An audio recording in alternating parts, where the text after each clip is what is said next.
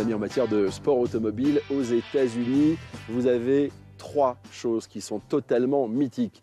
Les 24 heures de Daytona, les 500 miles d'Indianapolis et vous avez également ici en plein cœur des États-Unis, dans l'État du Colorado, la course, la fameuse montée de Pikes Peak. C'est mythique également dans le monde entier. Ça fait vraiment partie des choses qu'il faut faire quand on est vraiment passionné d'automobile. C'est ce qu'on s'apprête à faire aujourd'hui. C'est une totale découverte pour nous. On va vous montrer bien sûr le parcours. On a rendez-vous avec un ancien vainqueur de cette course. Il est né ici dans cet état du Colorado. C'est vraiment ici une véritable institution. Pikes Peak, c'est avant tout le nom d'un sommet des montagnes rocheuses. 4302 mètres d'altitude, visible partout depuis les Grandes Plaines. Un pic devenu mythique grâce à sa course de côte, créée il y a plus d'un siècle. Pikes Peak. Not only has man conquered this historic mountain, but he ascends it at speeds of 70 miles an hour. À travers les yeux de Joel, vainqueur de l'épreuve en 1980, Oh yes.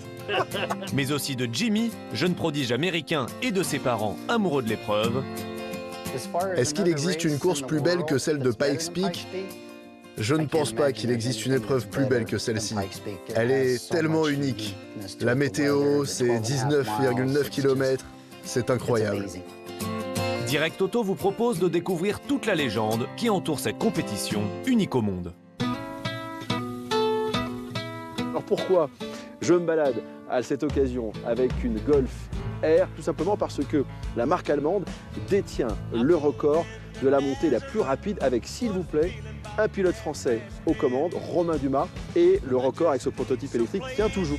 7 minutes 57 secondes. C'est le record absolu de cette épreuve réalisée en 2018 au volant de la Volkswagen ID R, un prototype de course 100% électrique qui avait fait ses grands débuts lors de cet événement.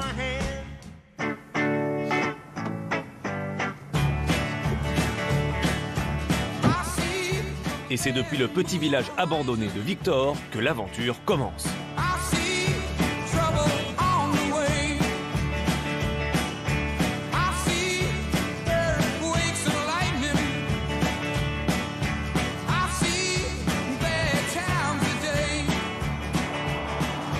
Du coup, on a pris une voiture qui s'y prête totalement. Alors, pour les Américains, c'est une petite voiture, la Golf. Mais on n'a pas pris n'importe laquelle. On a pris la dernière Golf R avec un moteur 2 litres turbo 4 cylindres qui fait quand même 320 chevaux, associé à 4 roues motrices. Bien évidemment, on l'a chaussé avec des pneus hiver. Hein. Les conditions météo l'imposent. Quel outil! Et les routes ici, c'est du caviar. Quand on aime rouler, quand on aime vraiment comme ça les courbes, il y a pléthore de routes parce qu'il y a des montagnes partout, on est en plein cœur des Rocheuses, c'est vraiment fabuleux. Joel Newcomer est une des références du sport auto américain et c'est au pied de la montagne que Greg le retrouve à bord de sa Golf. Alors il faut que tu nous expliques, parce que pour nous les Français, Pikes Peak est vraiment quelque chose de très célèbre. Peux-tu me raconter les origines de cette course?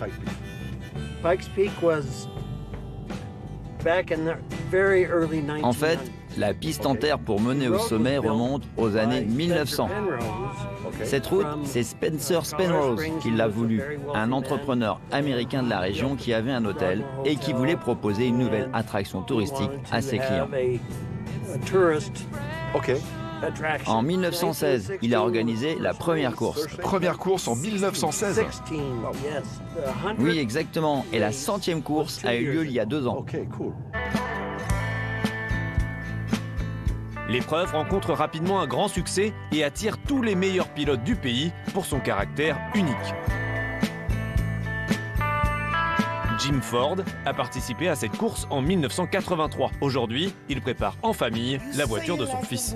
Pikes Peak, ce n'est pas seulement une course très difficile, mais c'est aussi une compétition très différente des autres ici aux USA. D'habitude, s'il pleut sur une course comme ça, les organisateurs la reportent d'une journée par exemple. Mais sur Pikes Peak, s'il pleut au sommet, tu mets tes pneus pluie. Et s'il neige, On y va aussi. La nature joue un rôle crucial sur cette course. C'est pas uniquement 156 virages que tu dois mémoriser. C'est aussi la météo, le vent qui peut amener des saletés sur la route. Chaque virage a un défi et il faut être prêt à tout. Retour dans la Golf R de Greg. Pour remporter Pikes Peak dans sa catégorie en 1980, Joel avait choisi une Chevy Monza. Tiens, regarde, on arrive dans la zone où toutes les écuries s'installent. Là, juste ici, ce sont les stands. Et la course débute juste après ce virage. C'est ici que tout commence. La ligne de départ est juste ici, là. Alors tu connais vraiment la route comme ta poche. Oh yes. Excellent, c'est génial. Être ici, c'est vraiment spécial pour moi. Je me rappelle toutes ces vidéos que j'ai regardées avec Peugeot par exemple. C'est fou. 19,93 km, 156 virages, la course vers les nuages, comme elle est surnommée, peut alors commencer. L'année de ta victoire, quelle était ta vitesse moyenne sur la piste? J'ai fait du 96 km/h de moyenne. 96 km/h. Et oui, j'ai été le premier de ma catégorie à monter en moins de 12 minutes. La route, elle est incroyable. Vraiment, c'est la folie. Et ce que me disait Joël, 25 miles, c'est la limitation quand on roule là. Et lui, il a déjà roulé à des vitesses supersoniques. C'est fou. La route est incroyable. La course est dingue. Tiens, regarde, tu vois les virages qui arrivent? On appelle ça les W, de par leur aspect. C'est vraiment un endroit technique au volant. Beaucoup de concurrents sont déjà tombés dans les ravins ici. Si à l'époque, la course se déroule sur une route en gravier, depuis 2012, tout le tracé a été recouvert d'un ruban d'asphalte. Je me rappelle quand j'allais voir mon père courir, c'était vraiment très différent avec toute cette poussière. Quand on est passé sur l'asphalte, on s'est évidemment demandé si ce serait toujours aussi bien. Mais en fait, on prend toujours autant de plaisir même si ça a changé.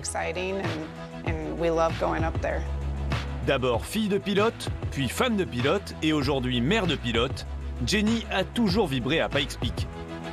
Je préfère quand même les petites courses car je peux retenir mon souffle. Pikes Peak, c'est trop long, je ne peux pas le faire. Mais j'adore ça quand même. À 34 ans, Jimmy a déjà repris le flambeau familial. Il y a quelques années, on s'est dit que je ne pouvais plus courir en même temps que Jimmy. Il fallait choisir et se mettre à fond derrière lui. On a alors commencé à lui trouver des voitures toujours plus performantes et on a voyagé dans tout le pays. Portland, Sacramento, Indianapolis. Je prends énormément de plaisir à le regarder, il est très fort. Après 2 années sur un Ford Bronco, il prépare une Ford Mustang complètement transformée. 810 chevaux, 6 litres de cylindrée pour 1 tonne 3, un véritable monstre. Moi, j'ai toujours grandi ici. Donc c'est vrai que Pikes Peak a toujours été un rêve. Donc tu as préparé toute ta voiture ici ou tu l'as achetée comme ça? C'est une voiture qui avait déjà fait des courses avant, mais jamais Pikes Peak. On a énormément travaillé dessus. Un exemple, le bitume sur la route n'est pas très bon, donc il faut augmenter la garde au sol. Ah, c'est toujours bosselé? Oui, là-haut, c'est complètement l'enfer. Oui, parce que je pensais qu'après l'époque des graviers, la route était bien meilleure, mais ça secoue toujours en fait. Exactement. Donc on a beaucoup de boulot sur les suspensions et on doit renforcer tous les sous-bassements. Le plus difficile avec cette course, c'est que tu n'as jamais assez de temps pour la préparer dans des conditions similaires à ce qu'on va retrouver le jour J. Il n'y a jamais assez de temps. Il n'y en a jamais assez. Non, et la préparation ne peut jamais égaler la compétition. C'est génial. En tout cas, j'adore ta voiture avec le son du moteur et cet échappement. Dans la catégorie de Jimmy, la voiture doit avoir le look d'une auto de série. Mais tout, absolument tout, est modifié sous la coque. Son objectif cette année, un top 3. Bon, les amis, on ne pouvait pas partir sans entendre cette Mustang Pikes Peak. C'est un peu une tradition dans Direct Auto d'essayer de me faire exploser les tympans.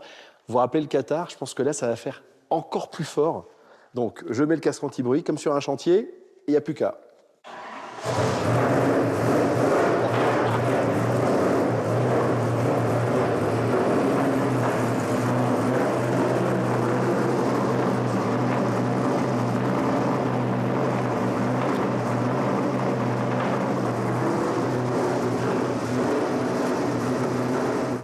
Pour l'emporter, il y a plusieurs secrets. Et les astuces de Joël en 1980 restent aujourd'hui belles et bien actuelles. L'un des secrets pour être rapide, c'est de savoir adapter sa vitesse en fonction du virage d'après. Il faut toujours se projeter sur la courbe suivante. Et c'est pour ça qu'il faut connaître la route par cœur, mètre par mètre. Connaître les 156 virages sur le bout des doigts. Et il faut que tu saches exactement à quelle vitesse tu peux être à chaque endroit. Et il faut aussi avoir une excellente condition physique. À plus de 4000 mètres d'altitude, t'arrives, t'es fatigué et en plus, t'as plus d'oxygène. Ouais, c'est vrai, c'est fou. À plus de 4000 mètres d'altitude, la voiture peut perdre jusqu'à 30% de puissance. Une folie technologique et une prouesse physique. Je dirais aussi qu'il faut savoir vraiment gérer la foule qu'il y a sur le bord de la route. À chaque tournant, tu peux te dire qu'en cas d'erreur, tu pars dans le décor et tu emmènes des dizaines de personnes avec toi. Mais c'est tellement grisant de voir tous ces gens qui encouragent chaque voiture. Ils ne viennent pas que pour leur pilote favori, mais vraiment pour tout le spectacle. Michel Mouton, Sébastien Loeb, Romain Dumas, nombreux sont les Français à avoir écrit la légende de Pikes Peak. Au mois de juin, tous les regards seront à nouveau tournés vers les nuages pour suivre la course de côte la plus attendue au monde. Bon, écoutez, je pense que dans la vie d'un passionné d'automobile, venir à Pikes Peak, ça fait partie des choses vraiment à faire. Et en plus, le faire avec Joël, qui est un authentique gagnant. Il a gagné en 1980, je vous le rappelle. C'est vraiment, pour moi, c'était un énorme kiff et vraiment un rêve de gosse. Joël, thank you so much. Merci beaucoup, Joël. C'était un vrai plaisir et un privilège de t'avoir eu avec nous. Merci pour tes anecdotes et ton récit. Merci à toi, c'était très sympa. Thank you, Joël. Thank you so much. Yes, thank you. Et les amis, je vous rappelle quand même que c'est quand même très français, hein, parce que dans les 5 catégories, parmi les 5 records, 4 sont détenus par des Français, Astier, Dumas et Loeb. Donc un petit peu de cocorico. Il y a un petit peu de France ici sur ces rochers du Colorado.